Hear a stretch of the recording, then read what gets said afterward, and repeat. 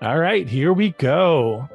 Welcome, everybody, to the First United Methodist Church of Loomis, our second podcast in as many weeks.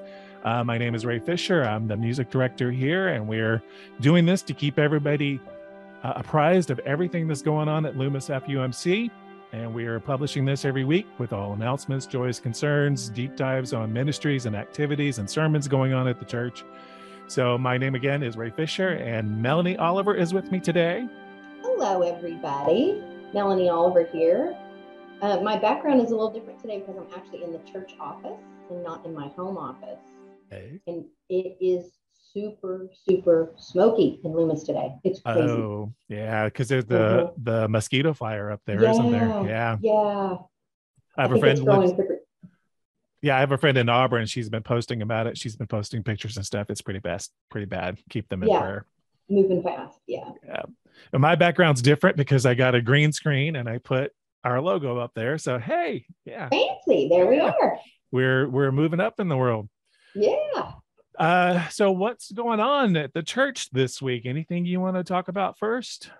Yeah, last week I mentioned that the youth have a project with SSP this Sunday. And so I'm super excited. We have 5 teenagers and 5 adults that are going to head out to work on building garden beds. So that'll be fun. We also have godly play for our younger kiddos. And we recently have added Jean Hart as our permanent teacher in godly play. Ooh. She loves the kids. They love her. And so it's really nice to have that consistency as we're kind of building back from the pandemic. Nice. Jean I love Jean. Good. Yeah. I just wanted to tell you that your sermon was wonderful last week. The whole section when you were talking about finding God in places you don't expect, and you were talking about being in the bar restaurant when you were getting your car fixed. I thought that perfectly describes that type of scenario where you walk into a place and you don't expect anything like that, but just common human kindness can share the love of God with everyone. And that made me, I really like that. So thank you for sharing that. Oh, thank you. It was a meaningful day. And I didn't say this in my sermon, but I left her a tip that was bigger than my whole bill. Oh, just like my wage made my day. So yeah. There you go. And I'm sure she appreciated that. So I hope so.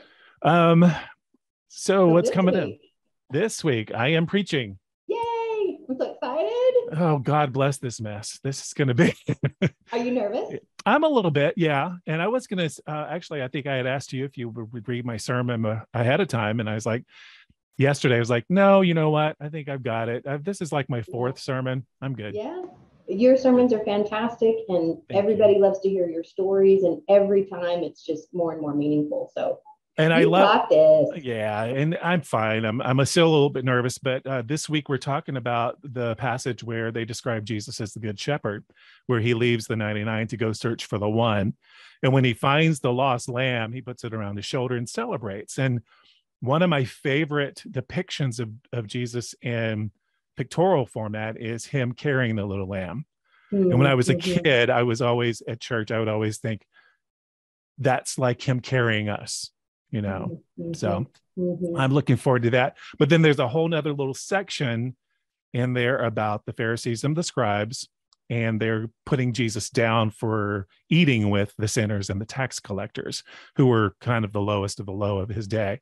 So to me, that's what my message is focusing on, not necessarily going after the lost lamb, but what are we supposed to be doing as people who are following the teachings of Christ? So. Right. Kind of sounds a little bit like my bar story. It does. It really does. And I was listening to your sermon last week. I was like, I wish I had thought of that. I wish I had thought of that. Steal it. Make it your own. Yeah, I know. So, but that's going to be interesting. We'll see how it goes on Sunday. I have a couple of friends who are coming. So, good. Yeah. Have they been to our church before? One of them has, yes. He was actually there just a couple of weeks ago. Old friend I used to work with, and then a theater friend who I haven't seen in a couple of years. Patrick Aiello will be there too, and we're going to hang out after church. So fun. I haven't spent time together in a long time. Pandemic stuff. Yep. What's going on other than youth? Anything else? Choir starts rehearsal tonight. Woo! Yeah. I'm so Yay. excited with our new choir director, Martin That's Beal. exciting. I wish I could come and just sit in the sanctuary. I guess I could. I could just hang out and wait for choir and meet him. You could if you want to do that. It is going to be fun, though. We're going to sing for about an hour, do warm-ups and sing, and then we're going to have a little social hour just to get to know Martin better. I've known him for 20 years, but I want the choir to get to know him. And I think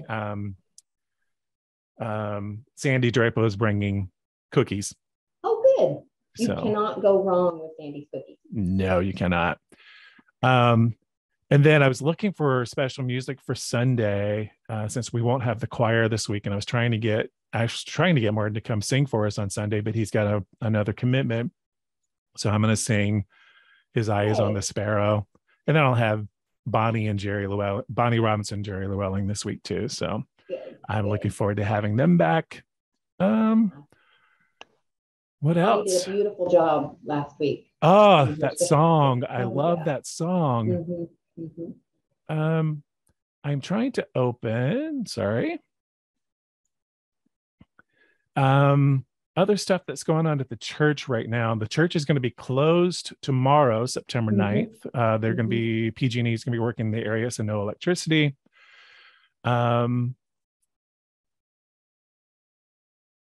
Pastor Allison is not back yet, so she gets back on the 17th. That was where I was going. Yes, we're still working through and processing our jealousy and anger over her beautiful vacation in Spain. And I'm also processing jealousy because she has not sent any pictures or anything that I've seen. I haven't either. Yeah, she usually keeps us updated. I know. I haven't seen anything. So she must be having a lot of fun, or I don't know. But I hope she is. I guess we'll have to see. She went with friends and then has some time off now this week to herself. So that will be nice for her to just kind of breathe and go at her own pace. And so I'm glad she's getting that time. I was also reading in the Lantern that came out that we have a birthday of Grace Ueda. She is turning 100 in October. She was a longtime member. Yeah. And they're setting up a basket in the narthex for note cards to write to her for her birthday. Yeah. So one of her family members came in on Tuesday, I guess it was, and said, I'm happy to provide cards. Whoever wants to write a card. I'm sure lots of people will. Well, I thought that was awesome. I thought that was really awesome. Let's see. We have a special guest today. Yay. And I'm going to go ahead and bring him in. It is Brother Patrick Aiello, who's going to talk to us about several things today. So let me bring him in. All right. So now we have Brother Patrick Aiello with us today. And I am very excited to have you on because you have so many ministries going on in the church that you're a part of. And we wanted to give you some airtime to kind of talk through everything. You sent us an outline. So where do you want to start? Do you want to start with serving others? Yeah, I started with setting my timer, so I'm trying to be good with everyone's time and respect. So anyway, so hello everyone, and let me just qualify something there. People too often, I think, come up to me and say, "Oh my gosh, you do so much." There is no way anything that I do could get done without all of the people that are on all of the teams that work with me on this stuff. So I just want to make sure I give them a shout out because it is a team. What is that? Many hands make light work. Is that good? And that's very true, Pat. And I agree with you. And it also takes a leader like you to get people together and organized and going. So don't say. Or volunteers that are crazy enough to follow Little Abner. or Paul Bunyan, my wife would call me. Okay, so let me start. You had asked me to kind of set who the heck am I? So for new members that may not know me very well. So my wife, Wendy, and I and our children, Gabe and Amber, have been members of this church since 1986. That's 36 years. Yeah. Wow. That's a while. So we've been through several pastoral changes and congregational evolutions and whatnot. So I think I've been on just about every committee with the exception of worship and trustees and maybe endowments, maybe a couple of others. Well, now we know where to send you next. Yeah, I know. I when I thought about that, I say that. Nominations is coming up in February. So yeah. Like, what? Okay. All right. So that be me. You can call me Little P. You can call me Little Abner. You can call me Jethro. Whatever works for you. Just don't call me late for supper. Yeah, no, please no. So, because everything that I'm involved with that you'll kind of see has an undercurrent of food. Either eating food, gathering food, or feeding people food. And that's the best part is being able to feed people. So, but let me start with, so there's been some leadership changes, which are always good because they're new ideas and new people and new things. So as you all come up with an idea for serving others, and I hope you have some, I know you do because you talked to me about it. So take those ideas to Cindy Farmer and talk to her about them. And she'll ask you questions to help dimension it and help figure out, is it the right time? How does it serve the church? How does it serve the people? Talk to Cindy. She's our new Serving Others facilitator. She's a new member to our church. She's brave and stepping in and putting her whole body into the water, and just a joy to talk with. And she knows that serving others is her ball of clay to fashion into how she sees us serving others.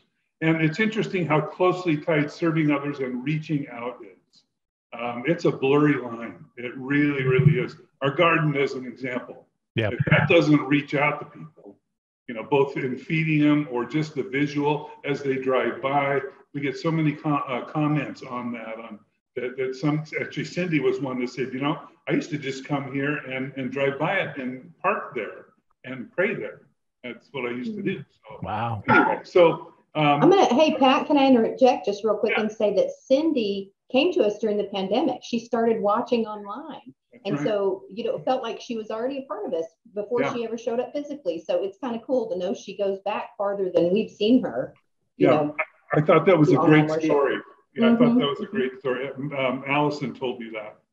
Okay, so talk to Cindy. She's a joy to talk to. So let me talk about some up and coming things that are going. I got 7 minutes to make this happen. So the first thing, which you'll read in the lantern, is our humanity bags. Number 3. Oh, it's got water all over me, sorry. Humanity bags number 3 is happening. The Goebel family really is kind of the engine behind this. It started with Jolie. She's now back east going to college. So Jocelyn is going to pick it up with Sydney, with Sue, and they're going to work with the youth to make this happen. The food pantry is supporting it by storing things and providing things that they'll need to make 75 humanity bags. And a humanity bag is just something that it supplies. It's an obvious stuff: socks, water, toothbrush, toothpaste, maybe a sewing kit if we have it, we throw it in there, and snacks and things like that. And it's just typically when someone opens that bag, it's going to bring several smiles and several sighs of relief that they have something that's theirs, that's new, that's fresh, that's edible, that's good for them. So we take those to the Roseville United Methodist Church, and they hand them out during the lunch program. And we're doing that once a quarter. So September is our 3rd quarter. We'll do another one perfectly around the December timeframe. And then we'll start it over again. That'll be our 4th one in a full year. So watch the lantern. There'll be a list of things to bring. Financial donations are always helpful because we can then round out the things that we have that we don't have 75 of. We can buy 5 or 6 or a dozen more of those things. So please keep this wonderful ministry going. Next, I'd like to talk about the food pantry, which is kind of exploding right now in that the COVID demand and the food price, the fuel price, the life in general, and how difficult things are. Our demand numbers are way up. We have a wonderful team of about, it breathes a little bit. We have up to 20 people that are involved on a semi-regular basis, but 10 really dedicated folks that staff the weekly food pantry effort. We have a new program called TFAP, which is an acronym, which is the Emergency Food Assistance Program, TFAP, or Big Hand. And that's wonderful. We get food for free. It's a USDA program. We had to agree to be a food source in a natural disaster, if there was one. We had to say yes, that we'll be one of those places that people can come to get food. And we've enlarged the pantry. If you haven't been there, go between 10 and 1, Monday through Friday, poke your head in there and check out what we're doing in there. It'll impress you. You'll feel real good. We're working on our cross wall. So a couple people have asked me, why aren't the crosses up? And because I haven't been able to get there. So we have a nice collection of crosses. I hope to put them up this coming Monday with my friend Craig Farnsworth. And I think it's going to be wonderful. And I think this cross wall will end up breathing. Crosses will come and go as people need to take them. I'm thinking what'll happen. I've seen a couple that were donated. They're beautiful. Oh, they're awesome. Yeah. And if somebody such a variety. If someone needs to take a cross, they need to take a cross. Just like if they need to come and get food, they need to come and get food. Yeah. Whether their car is working or not, shiny or dirty, they need to come and get food if they need it. So anyway, so ways you can help us, of course, volunteers, we have a dedicated team, but it's waning a little bit, and they need to take time off and go vacation and see their family. And so we do the best we can to fill in, but just come 10 to 1, Monday through Friday, unannounced. There'll be work for you. We'll figure out some way for you to add value.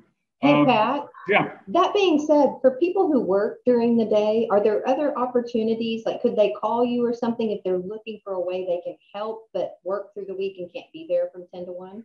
Yes, oftentimes we'll get food donations, food drives. We have one coming up. I think we're going to get it on this coming Saturday afternoon at 2. Okay. The LDS Church is doing both a Lincoln and a Loomis run. The Lincoln run is going to the salt mine, and the Loomis run is coming to us. So this is one where it's hands-on. You got to touch every can. You got to look at every day code. You got to sort it into the different commodities so that we can make it work in the pantry. We're going to try and use the bazaar shed for a couple of days, and that's news to anybody because I haven't asked permission yet. So I'm asking permission right now. Ask forgiveness later. Yeah, exactly. That might be for Maybell and maybe let me see, Nancy and come on, brain kick him. Anyway, so for those folks, we're going to use it for a couple of days because we can't have it on the floor in the pantry. We can't work in there. Yeah, so we have to just move it. We'll move it quickly. We'll touch it and sort it and get rid of the bad and bring in the good. So those are some things, and I can be more vocal about those and announce those. After the Christmas basket program, which I'm going to talk in a minute, we typically have an abundance of extra food that we have to process. So that'll be an opportunity during the holidays to do service. Oftentimes people are led to do it during the holidays. Mm-hmm. It just fills their spirit and helps them go. Mm-hmm. Okay, so I've got another minute. Let me talk a little bit more. I'm going to go a little bit over. So that's the Faith Garden. What a great place to go and just get lost in. Just sit in there and feel small. There's not many places I can go and feel small. I'm with you there, brother. I am with you there. Right there. And so you can go in there and feel small and watch the pollinators, the hummingbirds and the butterflies and the bees and the birds and just watch them play and dance around and do their thing and eat a tomato. And, it's cool. We've been feeding the food pantry. Mondays and Thursdays is when we harvest. We bring the produce to the pantry. People take it. They love it. They're always surprised that they get fresh stuff like that. We're giving frozen meat and stuff like that away now. It's really an amazing food. They leave with about 7 to 8 bags of food. 2 carts worth of food. They do. They better bring an empty car. I'm telling you, because we fill it. So I'm going back and forth. Sorry. Turn that timer off so it doesn't count. All right. With the Faith Garden, a couple of future projects, we're going to try and replace our shed. So I'm going to be petitioning the endowment committee next year for a grant for the Faith Garden and for the food pantry. I think we need an AC in there, so we're going to do that. Heads up, endowment team. The Faith Garden is wonderful, and while you're there, you get drawn to the Serenity Path, which again is another huge gift that will soon have a prayer labyrinth. It's, my gosh, all the cool things that are going on our campus. I cannot tell you how many times I have walked through that Serenity Path when I've gotten there early, and I just need to detox from everything to get ready for service or a choir rehearsal or band rehearsal. It's just amazing. I love that. So sorry, I didn't interrupt you. And don't feel shy on sitting in front of the beehive on the bench. The bees will leave you alone as long as you don't tap on the beehive. Yep. And it's cool to watch those things. They're just amazing creatures, and God bless them for being there because they keep us alive. All right, hey, Pat, yeah. What happens if you do tap the beehive? Oh, they think you're a bear. Okay. Yeah. Good to know. Yeah, you don't do that. They actually run the power mower up next to the fence and run it, and the bees leave them alone. Wow. They run right up to the fence and they leave it alone. So, wow. They're busy bees. They got stuff to do. Okay, lastly, the Loomis Basin Christmas Basket Program. So I am on the board of directors of that, along with Cindy Moore. Her and I are both on the board of directors. We are also the chair people for the actual event. We are doing it again. It's coming back. Hey, no, we're not doing a gift card drive-through, which was okay. We did that for 2 years and we respected the COVID protocol. So we did the right thing to protect people, but we're doing it again. It's going to be on the food sorting and basket making Saturday, December 10th, 9 a.m. to 12. It's organized chaos. It's amazing what gets done in 3 hours. We we start with a pile of food and we end up with a giant cross-shaped bounty of full baskets in the middle of our fellowship hall. It's just amazing and touching. We're about 300 to 350 Loomis Basin families that are going to benefit from this. The toy shop is coming back. It's going to be toys, food, come. So, and then on Sunday, the 11th, we'll be there from, again, 8 to 11:30, basket and toy distribution. And then we're worshiping at 2, as Ray said last week. That's our Christmas cantata, yeah. Yay. With the LDS and lots of other musicians. If you miss it, that's too bad. Yeah. You should not miss that. I am so excited about that coming back this year. I cannot tell you I've missed it the last 2 years.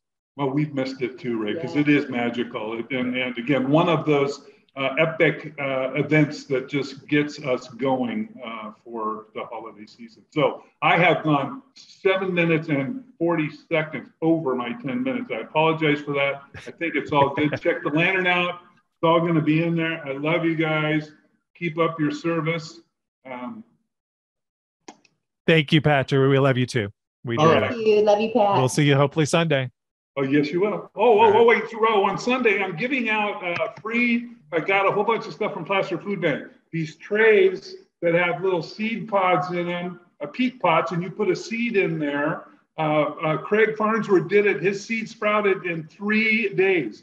Turns into a little greenhouse with the top you put on it. I'm going to have those for free. You guys need to take them. I did a favor for the Placer Food Bank and got them out from under them. You guys are going to benefit. I'll have them there on Sunday for you to have for free, unless you want to make a donation, but for free. All right. All right. Thank you, Patrick. Thank you. Bye. Pat has so much going on. I know. So many different ministries and projects. I know. That was good. I love that. And I knew he was going to go over. I said keep it about 10 minutes, but it was fine. Yeah, and I kept interrupting him, so yeah, as well. It was fine. We did good. All right. Let's see. So I guess we're going to move into our joys and concerns time. I've seen quite a few come in this week. I know Sharon just asked for prayers for her brother-in-law Mark, who's having a second ACL surgery today at 1:30. That's the only one I can find off the top of my head. Do you have any coming up? Yeah, actually, Millie Hammond passed away a couple of days ago. Yeah, so her sons were here today working out the service, and it looks like that is going to be on Friday, September 23rd. So, and more details will come out. They just talked with Maybell today to kind of start planning the service. So, okay. Yeah. I do have an update on my friend Kwana. She is doing so much better. It looks like they found a couple of foods that are triggering her migraines. Oh. So she is doing well. I talked to her yesterday. Hey, So that's a blessing. It's so nice, yeah, to kind of know what's causing what, and we can actually do something about it instead of just suffering. So good. I'm so happy to hear that about her. I am too. I don't see any other. I was just looking for some more requests, but I don't see any. So do you have anything else you want to share before I ask you if you can lead us in a word of prayer? I do. Okay. Would you please lead us in a word of prayer then? Of course. Yes. God of all goodness, mercy, and love, to you all hearts are open and no secrets are hidden. And I say that often to remind myself and all those within earshot that you love us regardless. Thank you. Thank you. Thank you for that. Guide us in our way. We thank you for the work of Pat and all of his teams and how they work to be the hands and feet of Jesus in the world. Guide us this week. And I lift up prayers for those in the California fires that are evacuating and for their safety and as we go through this fire season. In Jesus' name I pray. Amen. Amen. The only thing left is to remind everybody that we are at 6414 Brace Road in Loomis, California. Our worship services are Sundays at 9:30 a.m. We have a website at loomismethodist.org. Check us out there. There's links to our Facebook page, our YouTube page. You can find email address for Melanie. You can find an email address for me or our pastor Allison, who will be back and hopefully joining us on the podcast next Thursday. Yay! So please reach out if you have any other questions. If you want to volunteer for anything, we can put you in contact with the right people. And we would love to have you come visit us at the church and be a part of us. Have a wonderful week. Yes. I'm so sorry. Can I add one thing real quick? Sure. If the smoke is still horrible on Sunday, we will keep the kiddos inside. They won't be playing on the playground or anything. So just if that's a factor in whether you're coming to church or not, we'll keep them inside. Yeah. And that's a good prayer too. Remember everybody who's impacted. I've heard quite a few buildings have been impacted. Yeah. So, but hopefully we will see you all later. And if not, be blessed. Talk to you later. Bye. Thank you, Melanie. See ya. Bye.